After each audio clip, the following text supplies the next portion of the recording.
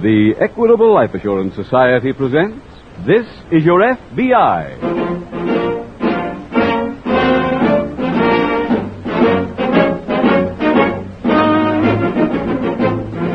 This is Your F.B.I., the official broadcast from the files of the Federal Bureau of Investigation. Presented transcribed as a public service by the Equitable Life Assurance Society of the United States and the Equitable Society's representative in your community.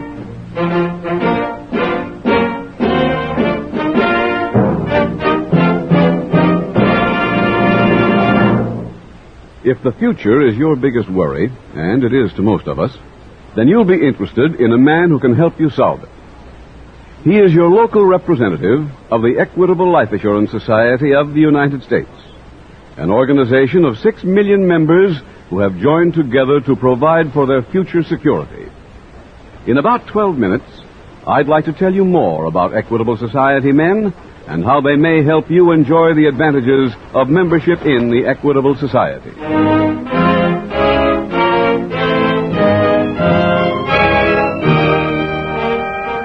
Tonight, the subject of our FBI file, Armed Robbery. Its title, The Larceny Express.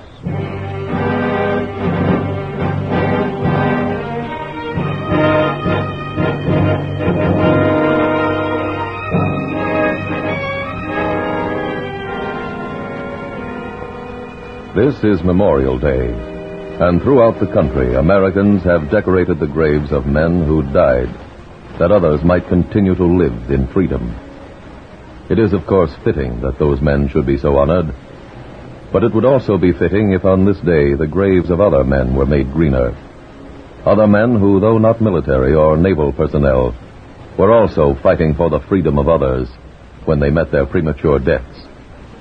Those men have come from the ranks of the law enforcement agencies of America, local, county, state, and federal.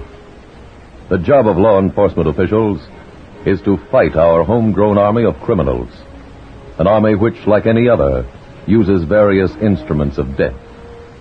No police officer knows when the phone will ring and call him, nor, like the soldier, does he know in advance where his assignment may take him or whether he'll survive.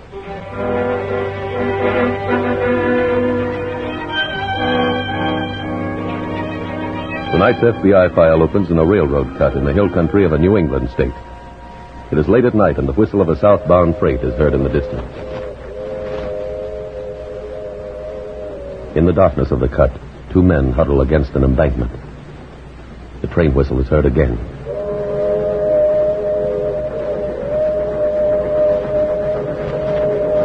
One of the men steps forward, cups his hands, and yells, "Okay, Pete!" With that, a man at the far end of the cut steps onto the tracks and lights a flare.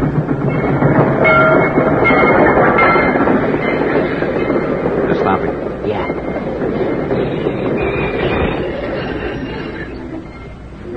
Because the flare which stopped the train has been planted at a carefully chosen point, the train is strung from one end of the cut to the other, and right opposite the point where the 2 men had been huddling is a sealed freight car.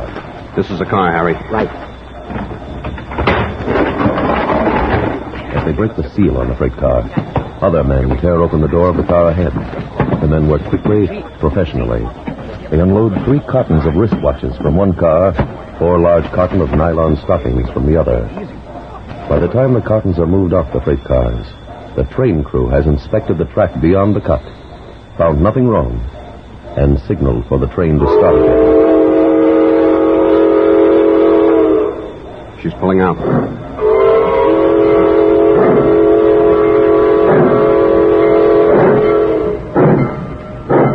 Okay, start moving the stuff out.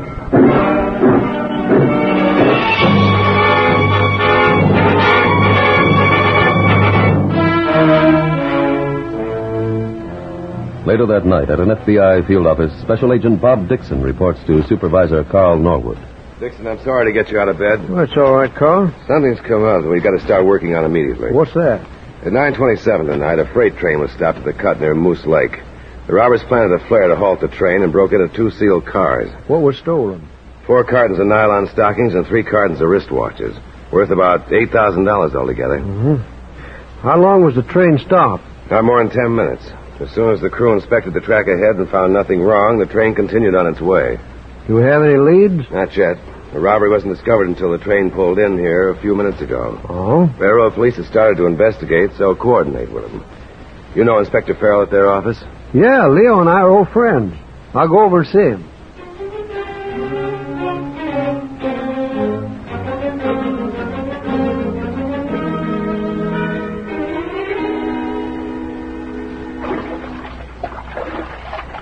Joe, let me give you a hand. No, I can make it.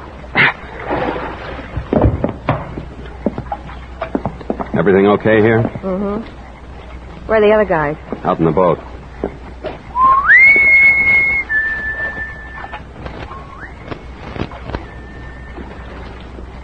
How'd the job go?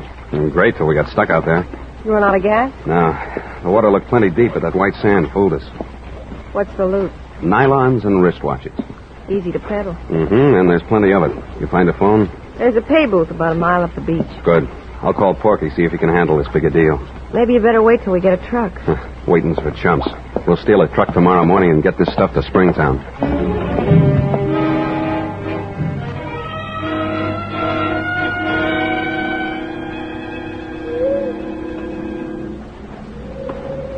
Bob? Hi, Leo. You on the freight car case? Yeah. This one of the cars they broke into? Yeah, they're over there on the next siding. Huh? We got one lead already. What's that? Sheriff Guthrie called from Moose Lake and said there was a boat reported stolen tonight from the hillside of the lake. Yeah. While we were talking, word came in that it was found floating free. He's out inspecting it now. Good. He also sent down the flare that was used to stop the train. Oh, here we are. Hey, these look like fresh scratches on the lock. Could be tool marks. Yeah. Wait till I get some chalk out of the kit. Here we are. Well, it's just so we don't forget to shoot a picture of it. Nothing else on the door there. Want to go in? Okay. I got it, Leo.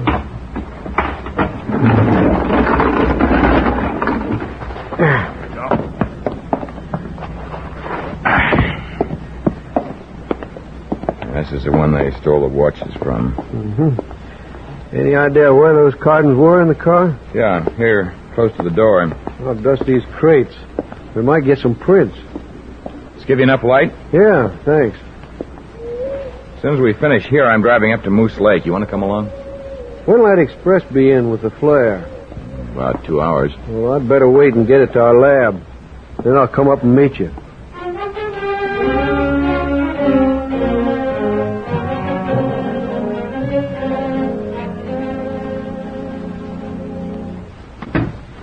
That you, Joe? Yeah. I finally located the fence to handle this stuff. You run into anybody on the beach? Nope. You must have walked the other way. Who? The sheriff. Oh? He was here a couple of minutes ago asking a lot of questions. He come in? No, but he might want to when he comes back. Maybe he won't be back. He's got to. His boat's tied to the dock. Better wake the other guys. They're gone. They went into Pittsfield to get the truck. They said to be back as soon as it gets dark. Oh. Joe, we can't stall that sheriff till then. If you don't find anything along the rest of the beach, he'll want to come in. Forget about him. But, Joe, he didn't come here by accident. Must have found out some way you brought the stuff over here last night. Once he comes in and gets a look at those boxes... Look, don't worry. When he gets back, I'll take care of him.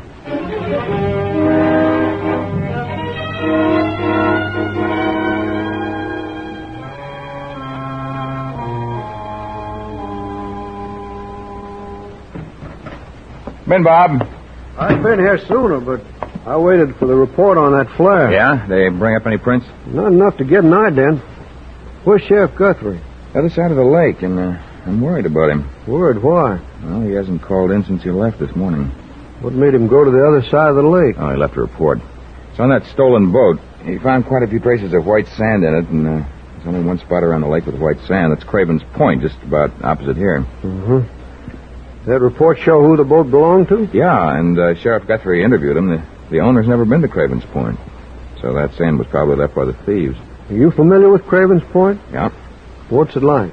Not much there, except an old boathouse and this white sand beach. Then if the thieves landed there at the boathouse, somebody might have seen them. Well, the place is only open during the summer. Have you had a look at the scene of the robbery? Yes.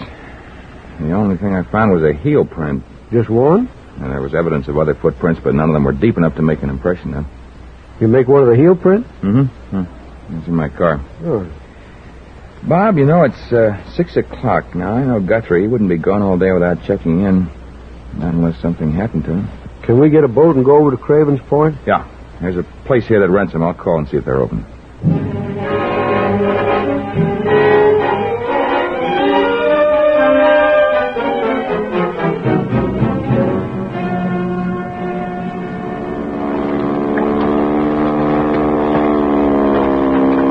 You see anything, Leo? That's the dock. What does Guthrie's boat look like? Speedboat. About a 30-footer. Oh? Has county sheriff's office across the stern and a star on each side. Star? What color? Mahogany. Pretty tough to see this time of night. Afraid so. Leo, is that a boat? Sure. Tied to the dock. Yeah, it is. Well, keep your gun handy. I'm going to pull up next to it. Bob? Yeah? Guthrie.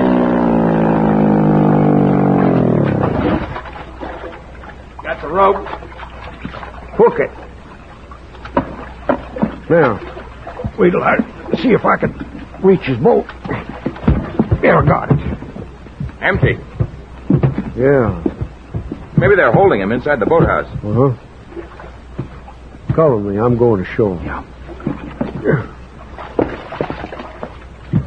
Okay. Come on. No lights in the house. How do you get in there?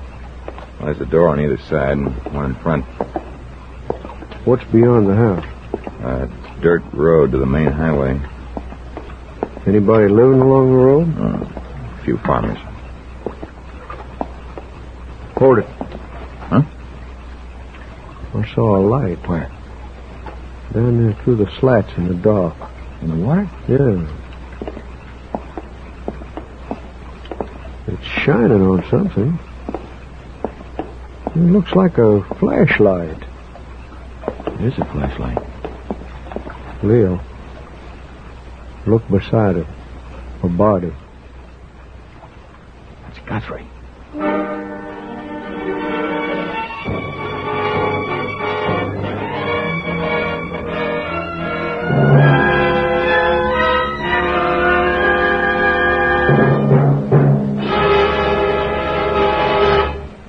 We will return in just a moment to tonight's exciting case from the official files of your F.B.I.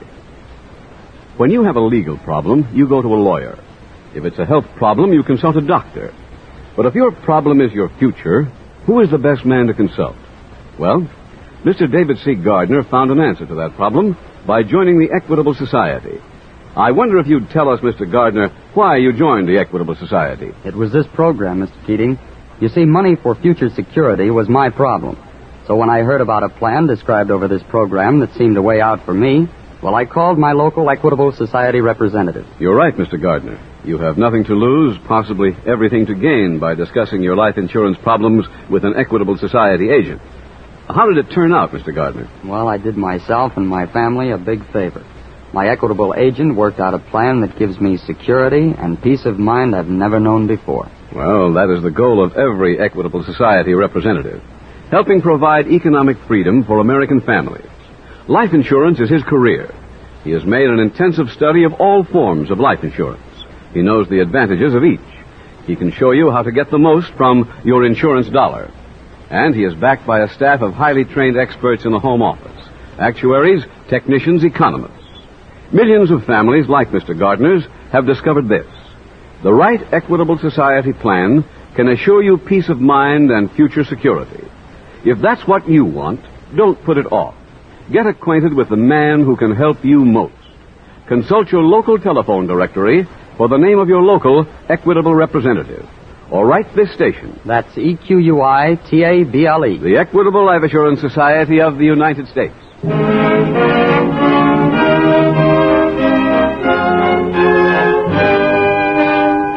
And now back to tonight's FBI file, the Larceny Express.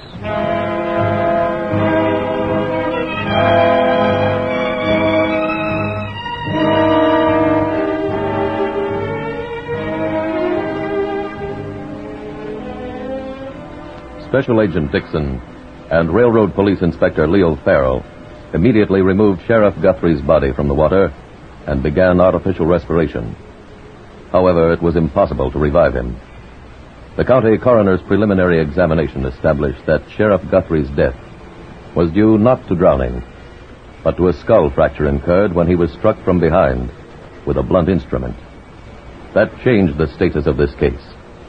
For now, it was not only a theft from an interstate shipment, but murder.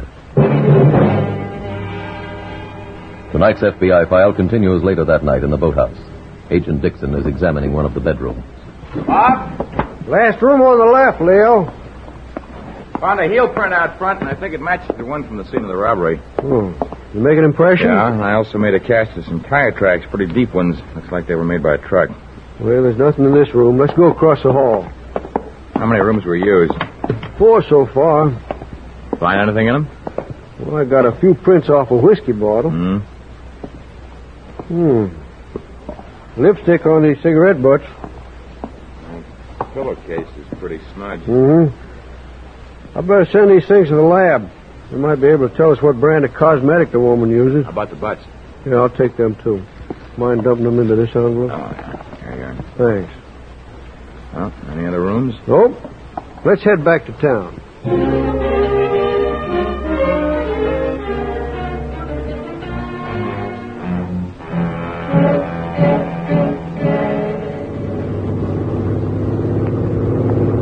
Katie. Hey, Katie. Wake up, will you? Where are we? Locked from the garage, can't you see? I can, now that my eyes are open. Light already? Mm-hmm. You been driving all night? No. Harry had the wheel for a couple of hours. He in back with the others? Yeah. Sorry I wasn't better company. That's okay.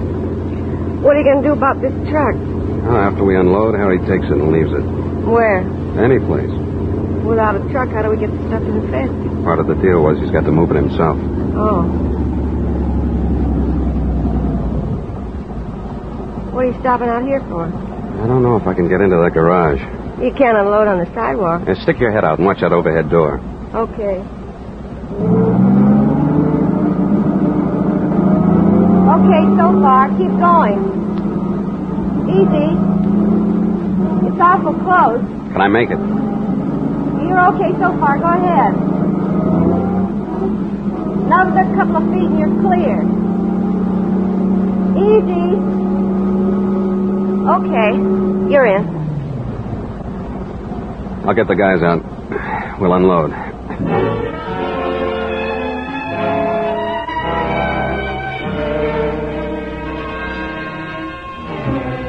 Later that morning, Agent Dixon reported back to Supervisor Carl Norwood at the FBI field office. Carl, I got more news on that freight car robbery. This teletype just came in from the lab. Oh, what do they think? The lipstick, powder, and rouge were all common brands sold everywhere. However, from the shades, they suggest the woman probably is a blonde. The fingerprints found on the whiskey bottle match the ones from the flare that was planted on the railroad track.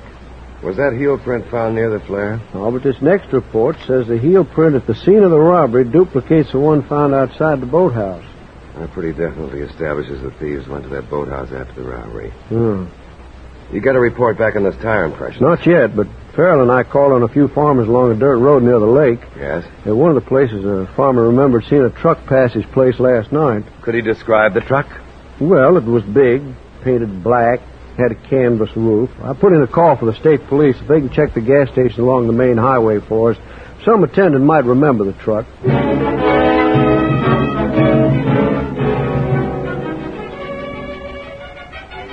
At the FBI laboratory, technicians were busy examining the plaster tire impressions and comparing them with various standards. Every tire company uses different shaped treads, and a sample of each style is kept on file for use in cases like this, where a single set of fingerprints can be identified in a few minutes out of a collection of more than 123 million sets. Matching a tire impression frequently takes longer. However, a few hours later... Carl, we got that laboratory report. On the tires? Yep. They're made exclusively for Pioneer trucks. Quite a few pioneers around. We've got a district sales office here. Try to get a list from them of every truck they've sold in this area.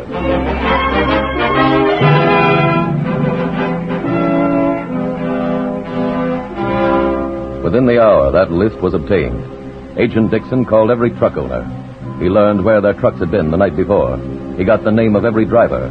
One after another, those names were eliminated. Well, I think we got a break. What's that? An express company in Pittsfield reported one of their trucks was stolen yesterday. It's a Pioneer, painted black with a canvas top. Pittsfield, huh? They could have driven from there to Craven's Point last night without any trouble. You got the license number? Yeah. Also the motor number and speedometer reading. Send out an all-points alarm.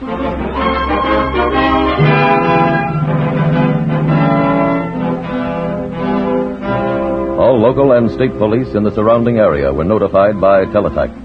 That missing truck now loomed as the only chance your F.B.I. had of locating these criminals. An hour went by after the alarm was sent out. 2 hours. Then... Inspector Farrell. Leo, this is Bob Dixon. The truck's been found. Where? Just outside Springtown. The goods in it? No, but I'll pick you up in 10 minutes and we'll drive over there.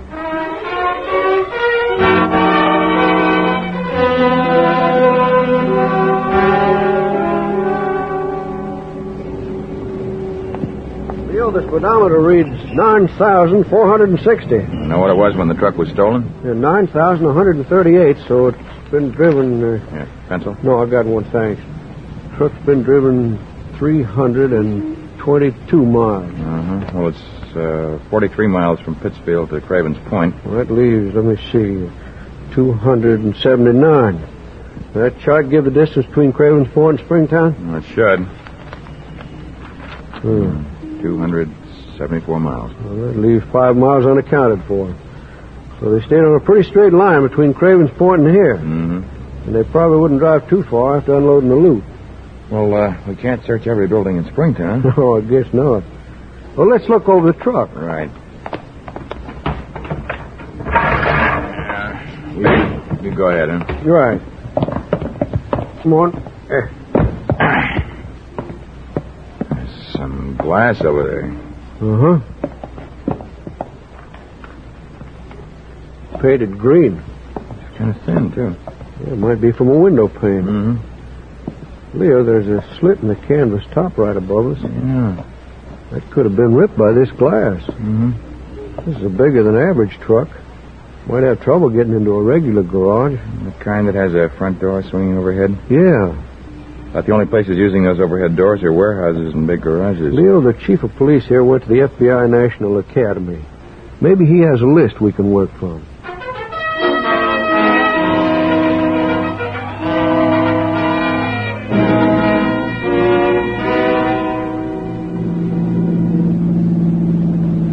Where's the next stop, Bob?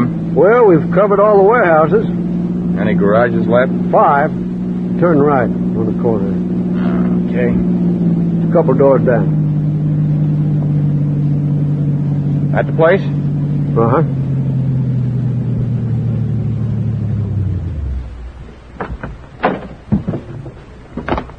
Here we go. Okay. Hey. Yeah? Overhead door, Bob. Yeah, I see that, Leo. And a couple of panes broken.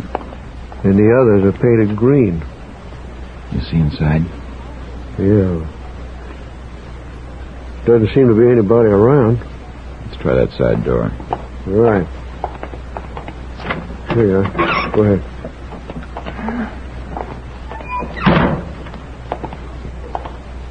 Leo. Huh? Those cartons in back. What about them? Well, look. This is the loot, all right. The boxes are still full. Oh. Yeah, now all we've got to do is...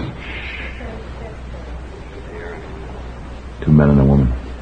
Down, they're coming this way. If we got no I'll do another job after this. Not me. Why? We get paid, I'm laying off the floor. You'll never get to be a big operator that way. Neither will you. What? Joe. Don't reach. You're all under arrest.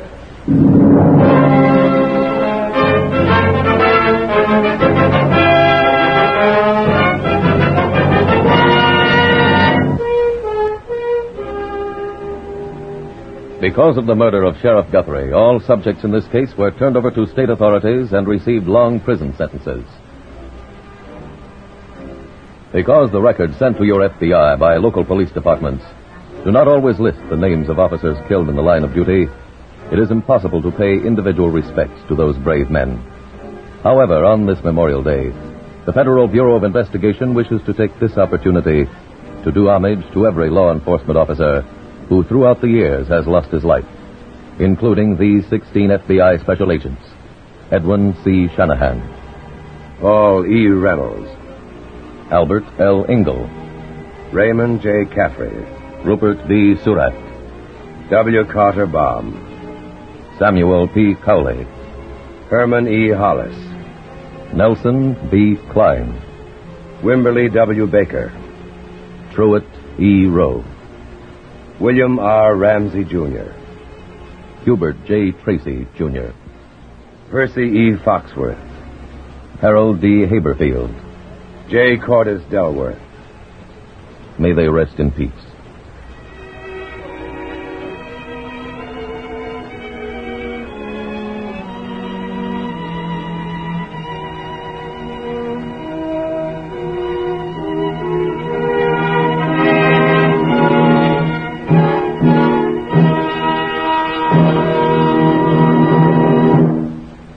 Did you know that very few people know how to make the best use of their money? Well, it's true. People spend too much time worrying about how to get more money than how to make the best use of what they have. Now, there is one man who can help you make every dollar count. He is your local Equitable Society agent.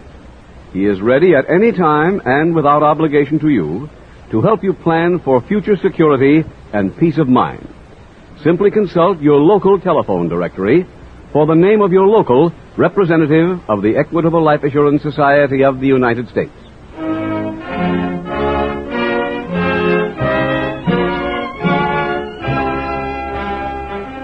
Next week, we will dramatize another case from the files of the Federal Bureau of Investigation.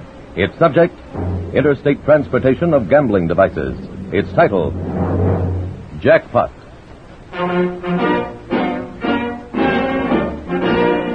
The incidents used in tonight's Equitable Life Assurance Society's broadcast are adapted from the files of the Federal Bureau of Investigation.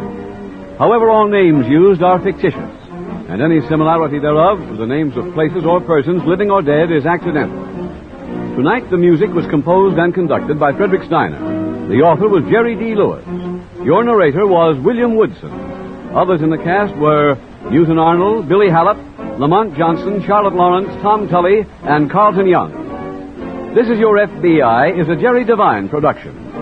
This is Larry Keating speaking for the Equitable Life Assurance Society of the United States and the Equitable Society's representative in your community, and inviting you to tune in again next week at this same time when the Equitable Life Assurance Society will bring you another thrilling transcribed story from the files of the Federal Bureau of Investigation. Jackpot on This Is Your F.B.I. Stay tuned for the adventures of Ozzie and Harriet. There's fun for the whole family when Ozzie and Harriet come your way next. This program came to you from Hollywood. Camel album singing inserts for second commercial for April 25th, Diamond. Robert Young would walk a mile for camels and with haste, for he smoked camels quite a while. They suit his throat and taste. Camels, smoke camels, and see how mild a cigarette can be.